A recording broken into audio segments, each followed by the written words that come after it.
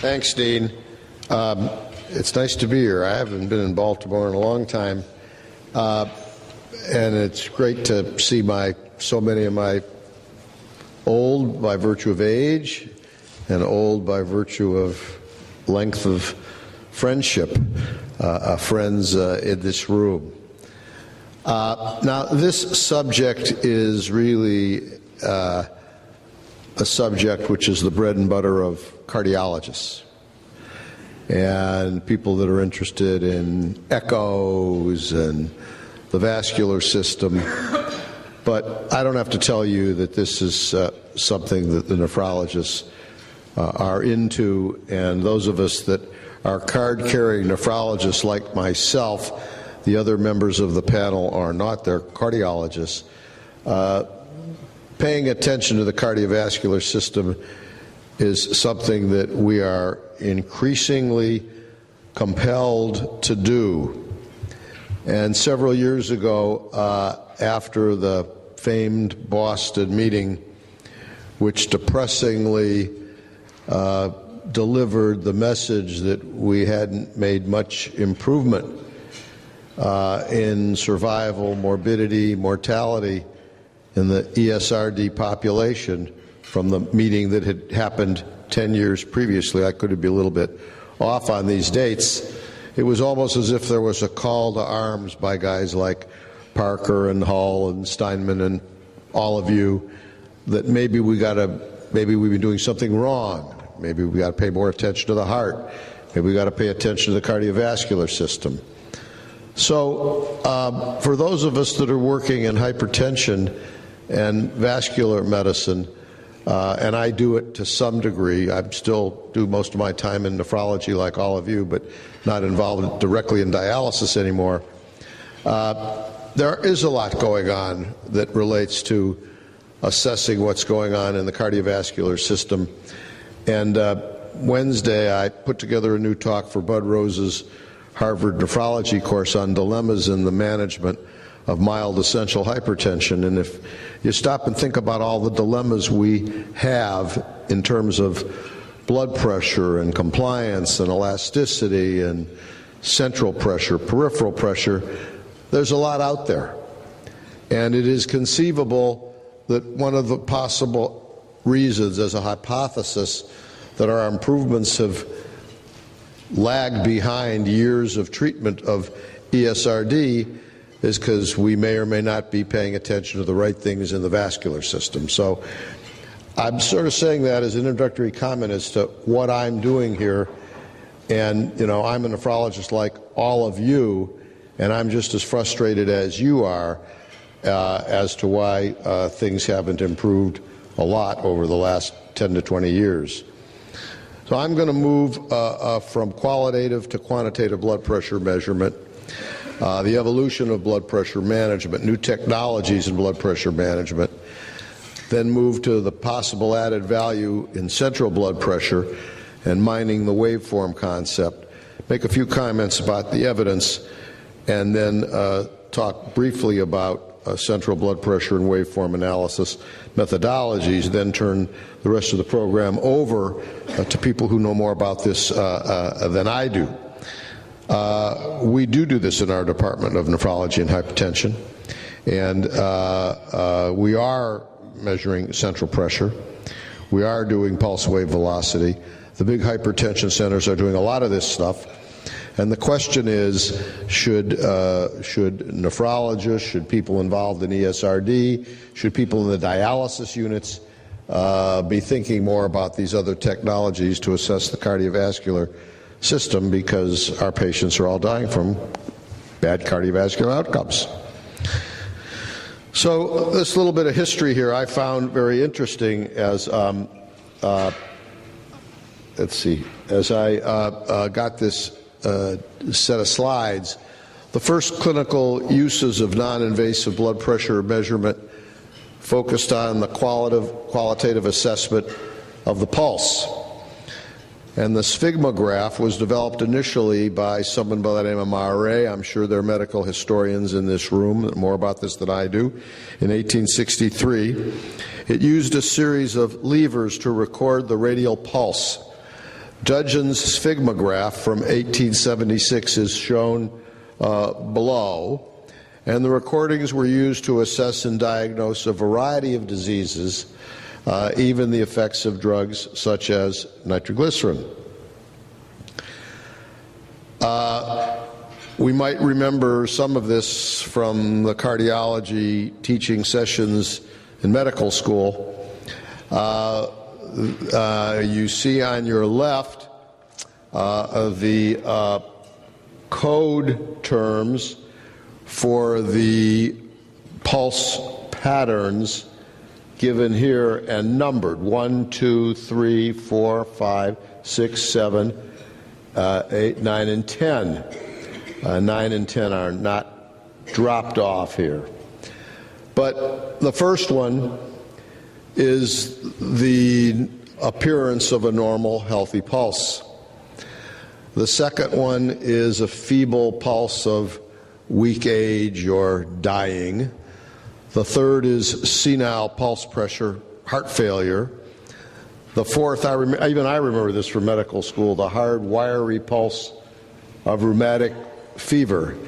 I'm looking around the old guys in the room that, you probably had some professors that were 70 years old that didn't use a stethoscope, put the ear to the chest, put the ear to the bare back. They were very good at all this sort of stuff. It always sort of turned me on in physical diagnosis when I was a medical student. Then the hard, long pulse of hypertrophy of the left ventricle with left ventricular dilatation, the so-called soft pulse of irritative fever, nervous excitement, and mitral valve and aortic valve disease. Well, in 1896, Scipione Riva Rocci, an Italian internist and pediatrician, improved on earlier designs to make the first easy-to-use sphygmomanometer, a pulse pressure meter, and the components of this device can easily be recognized in the modern version. It looks sort of similar. And then in 1905 was the discovery of the Korotkov sounds, which allowed the determination of both systolic and diastolic pressures. The Riva Rocci apparatus used by Korotkov in his measurements is shown here. The need for a wider cuff was shortly thereafter appreciated, and this sphygmomanometer revolutionized medicine by introducing quantitative assessment into a field previously characterized almost exclusively by qualitative assessments that I showed you on the previous slide. However, information from the waveform was lost with this new technology. So then enter the life insurance era with an abundance of data from life insurance companies making use of blood pressure measurements to compute actuarial tables and assess risk of individual policy owners. I've been obsessed in the last few weeks about how the life insurance industry is going to respond to the JNC 8 new guidelines that just came out. It's a tremendous conundrum. And as I said at the Harvard course just about 48 hours ago, maybe the way we've conventionally measured blood pressure with all the conundrums about targets and who takes the pressure and how it's taken, maybe there's an opportunity here to open up a whole new field about thinking about what really is going on in the vessel. And central aortic pressure could be one adventure in this arena. And then, of course, when Roosevelt died, that was a wake-up call that bad high blood pressure, which was unnoticed, and people didn't pay much attention to it. And, the term essential hypertension, as you remember, was coined in 1911. Because it was thought that an elevated arterial pressure was necessary or compensatory to perfuse the vital organs. And it was thought well into the 50s that high blood pressure was needed to perfuse the vital organs. That's where the term essential hypertension comes from until it became apparent from anecdotes like this, and then the insurance data and the VA cooperative data, that maybe the high blood pressures that we thought was essential might be deleterious, and I don't have to tell anybody in this room all about that scenario. It wasn't until the 1990s in the SHEP trial that the importance and prevalence of isolated systolic hypertension, then defined as a systolic more than 160 and a diastolic less than 90, the most recent JNC 7 definition, JNC 8 did not give any blood pressure definitions, of more than 140 and less than 90, was defined as isolated systolic hypertension in JNC 7 from 1993. But anyhow, this became a very important, very important concept. Even in progressive renal disease, progressive diabetic nephropathy, data from the RENAL, the IDNT showed that all the progression regarding blood pressure relates to the systolic pressure and not the diastolic pressure. You all know that story. And you see in the red bars getting bigger and bigger and bigger with increasing age, so that the increasing numbers of people with hypertension over the years probably relates more to increasing age. And virtually all of that is tucked into increases in the systolic blood pressure. It's also seen in some young people, maybe 15%, but clearly for all my friends out there in the room, it's this red bar which is difficult, and it's difficult to treat. And maybe we need to learn more about the cardiovascular system and blood vessels, central pressure, stiffness, elasticity, viscosity in this population of patients. Well, interestingly, in revising my section for up to date, there's a section in there on methodology of taking the blood pressure, and it's almost all devoted to the auscultatory method. It was a chapter that I inherited, and I didn't pay much attention to it the first time I redid it. I just sort of went on to some other comments. So this time I looked at it and I said, you know, I can't remember the last time anybody took a blood pressure on me, or that I ever did with a stethoscope, you know, listening for Korotikoff sounds. So even though we use this BP True machine, which I'll show you, and even though there's an Omron machine that, you know, the nurse is out of the room, all the other machines that you're using in your hospitals are oscillometric machines. And there's dozens of different kinds. Some are electronic, some are not electronic. They're, you know, you pull them up on the pole, you squeeze them up, you know, but they're oscillometric. No one's really putting a stethoscope on anymore. I asked our head nurse and I was so turned on by doing this as I was revising this chapter and thinking about this talk that I went around all the machines in our department. There are about 6 different oscillometric devices. And then I asked our nurses what their guess was at the Cleveland Clinic in all departments, how often the auscultatory method might be used. Yeah, maybe 10 to 15% of blood pressures taken throughout the whole institution, the family health centers, rely on the auscultatory method. So those things are pretty much a thing of the past. And it, as you all know, depended strongly on the skill and experience of the operator. And then in the 1970s, a new method evolved based on pressure oscillations in the deflating cuff, which allowed operator-independent detection of systolic, diastolic, and mean blood pressure. While the oscillometric method is most accurate in determining mean blood pressure, most devices today report only systolic and diastolic pressures as determined by proprietary algorithms. Now, you also are aware of this business of white coat or office hypertension. So automated or advanced oscillometric blood pressure monitors are now out there on the playing field. This is an example of one of them based on oscillometry form. Some devices, the one that we use, and the one that is used, by the way, exclusively at the Mayo Clinic and all of its satellites, the BP True machine, developed from a group in Vancouver a number of years ago, allows a measurement protocol in which an operator need not be present. This feature has been shown to reduce the white coat effect. Trust me, it's real, and it's seen in a whole lot of patients.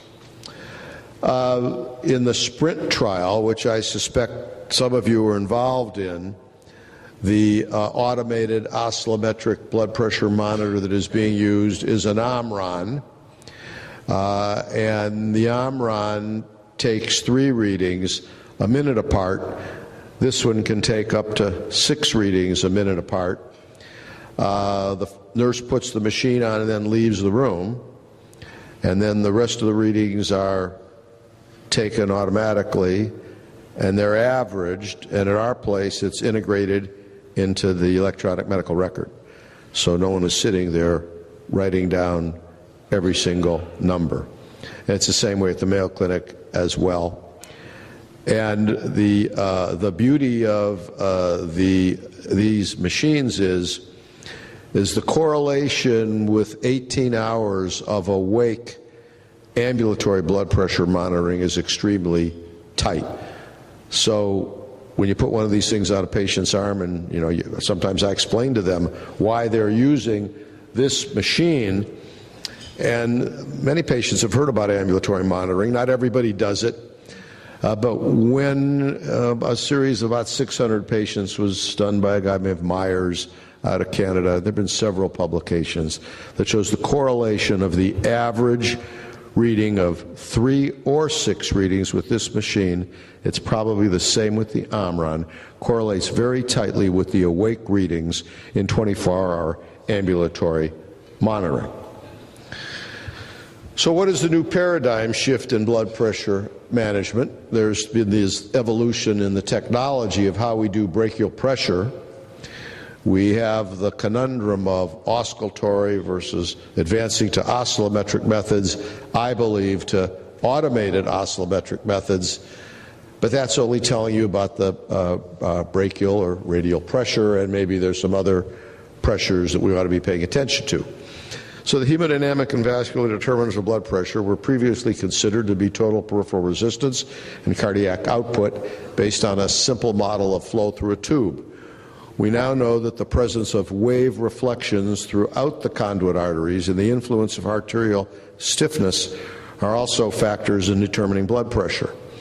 Elevated mean pressure is a result of increased cardiac output and/or peripheral resistance, and elevated pulse or a systolic pressure, isolated systolic hypertension, is, as you know, due to elevated arterial stiffness, wave reflections, and/or stroke volume. So the paradigm shift takes into account the effect of wave reflections and arterial stiffness. It also takes into account central aortic pressure, and you're going to hear a lot about that. This new paradigm better identifies individuals at risk. This new paradigm better informs drug choices and monitors drug action. The paradigm provides new, independent, and clinically important information to improve individual management of blood pressure in some studies that you'll hear about. So now you're going to say, well, how does this apply to us in the dialysis field? My own view about this, and several years ago I put together a focus group that included people that you know. They've been very active in this group: Ted Steinman, Tom Parker, Ray Townsend, Dick Cronin, several others, to explore this because of the lack of significant progress in survival in the ESRD population, with the major explanation for that, other than access, as you know, being cardiovascular. So we now have to become cardiologists to some degree, and if we are going to do that, we need to learn what's going on in that playing field, and maybe there is some responsibility in dialysis units to study these things. Now, you'd want to know what the evidence is that central aortic pressure and arterial stiffness per se are associated with predictive of increased risk of cardiovascular disease, and these are just a number of papers that support that concept. And arterial stiffness and pulse wave velocity are independently associated with and predictive of increased risk of cardiovascular disease, independent of a peripheral blood pressure. So there's a lot of information by some very good cardiovascular people suggesting that stiffness and pulse wave velocity are predictive of increased risk of cardiovascular disease if they're abnormal, and there's good evidence that central aortic pressure and arterial stiffness are associated with and predictive of increased risk of cardiovascular disease if they're abnormal. In the STRONG Heart study of over 2,000 patients, when central pulse pressure equals or exceeds 50 millimeters of mercury, the risk of cardiovascular disease increased by nearly 70%. In individuals less than 60, the increase was 150%. I mean, that's the spot where the vessel feels what is actually coming right out of the heart. Central pulse pressure of 50 represented a threshold above which the risk of cardiovascular event increases dramatically, and you'll hear more about that later.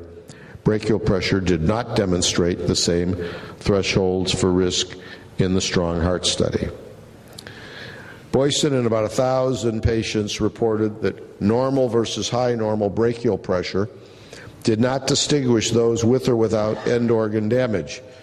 When the same group was divided according to normal versus high normal central systolic pressure, the groups with and without such differences, damage could be identified. Saldani and a smaller cohort of individuals reported that those with low central systolic pressures were at significantly less risk of requiring antihypertensive medication later in life than those with high central pressure. The BP GUIDE study, published a year ago in Hypertension, looked at 286 individuals with uncomplicated hypertension and low to moderate cardiovascular risk. Red is the usual care group based on peripheral pressure, and blue is the central blood pressure group. On the ordinate is the antihypertensive medication change from a baseline. The bottom line is that if one was randomized to a usual care in red or usual care with added knowledge of central blood pressure, then these patients were seen according to the treatment habits of their physicians with visits every 3 months and 12 months of follow-up. The idea of this study was to see if practice habits with regards to medication prescription, number of medications, was changed depending on whether one used the usual care of monitoring, assessing blood pressure versus central pressure. And again, red is usual care and blue is the central care. There were no differences between groups in left ventricular mass index, 24-hour AMBP, home systolic, or aortic stiffness measurements. And if the intervention strategies were based on central pressure, there was a cessation of medication in 16% of patients versus 2% of patients. The numbers are small, but statistically significant. Raise the question of whether or not guidance of hypertension management with central blood pressure, and you'll hear more about that, might result in different treatment strategies than if we based what we've always done on the peripheral blood pressure with the conventional cuff, oscillometric, or oscillatory methodology. And there were less medications used, probably because the pressures were lower, but there was no adverse effect of less medication during the duration of this study, and you'll hear more about that. This slide depicts the concepts of pulse pressure, augmentation pressure, the contribution of the reflected wave to the pulse pressure. These measures indicate the extent to which wave reflection and arterial stiffness contribute to elevated arterial pressure in a given individual. So this now brings us into the concept of aortic stiffness in and of itself. And vascular medicine people and cardiologists are all into augmentation pressure, pulse wave velocity.